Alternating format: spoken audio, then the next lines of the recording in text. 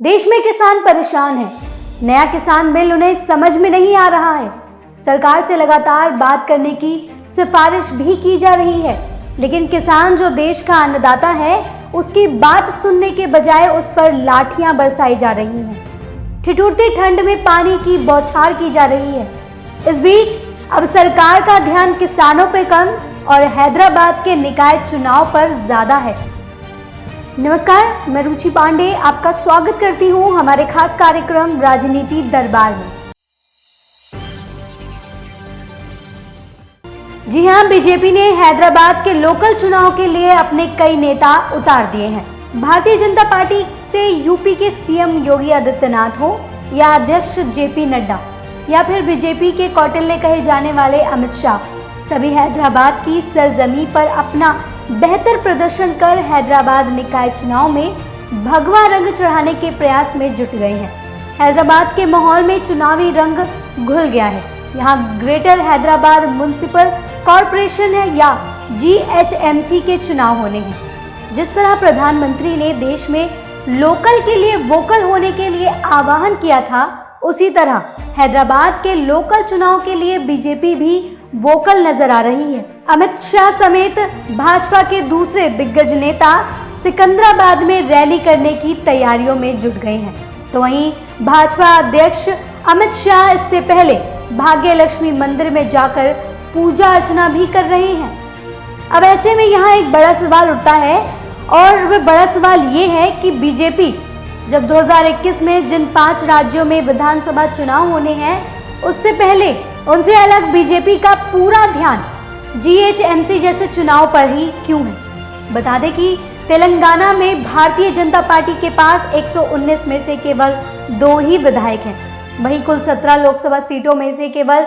4 सांसद हैं। इसके बावजूद बीजेपी ने हैदराबाद के नगर निगम चुनाव में अपनी पूरी ताकत झोंक दी है। अगर हैदराबाद के चुनावी ढांचों की ओर गौर किया जाए तो बता दें कि ग्रेटर हैदराबाद नगर निगम चुनाव में 150 पार्षद चुने जाने हैं, जिस पर शहर में प्रशासन और आधारभूत ढांचे के निर्माण की जिम्मेदारी होती है। हैदराबाद के इस चुनाव को लोकल चुनाव भी इसलिए कहा जाता है क्योंकि इन चुनाव में मुद्दे अक्सर जमीनी स्तर से ही जुड़े होते हैं। इमारत व सड़क निर्माण, कूड़े का निपटारा, सरकारी स्कूल, स्ट्रीट लाइट, सड़कों का रखरखाव, शहर योजना, साफ सफाई और स्वास्थ्य ऐसे मसले हैं जो नगर निगम संभालता है। इस बार 1122 उम्मीदवार चुनावी मैदान में हैं। 1 दिसंबर को मतदान किया जाएगा और 4 दिसंबर को नतीजों की घोषणा की जाएगी। दुबक्का उपचुनाव में TRS के खिलाफ बड़ी जीत के बाद बीजेपी निकाय चुनाव में पूरी ताकत के साथ उतर आई है। बीजेपी ने इस बार स्मृति ईरानी,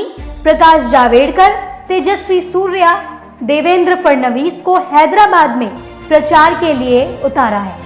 यहाँ तक कि प्रकाश जावड़ेकर ने TRC यानी तेलंगाना राष्ट्र समिति सरकार के खिलाफ चार्जशीट भी जारी कर दी है।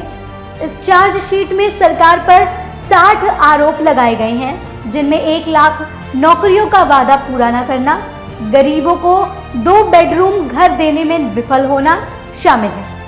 इसी के साथ बीजेपी के युवा नेता तेजस्वी सूर्या ने चेंज हैदराबाद अभियान की भी शुरुआत की है। उन्होंने जय श्री राम के नारे के साथ अपना भाषण शुरू किया।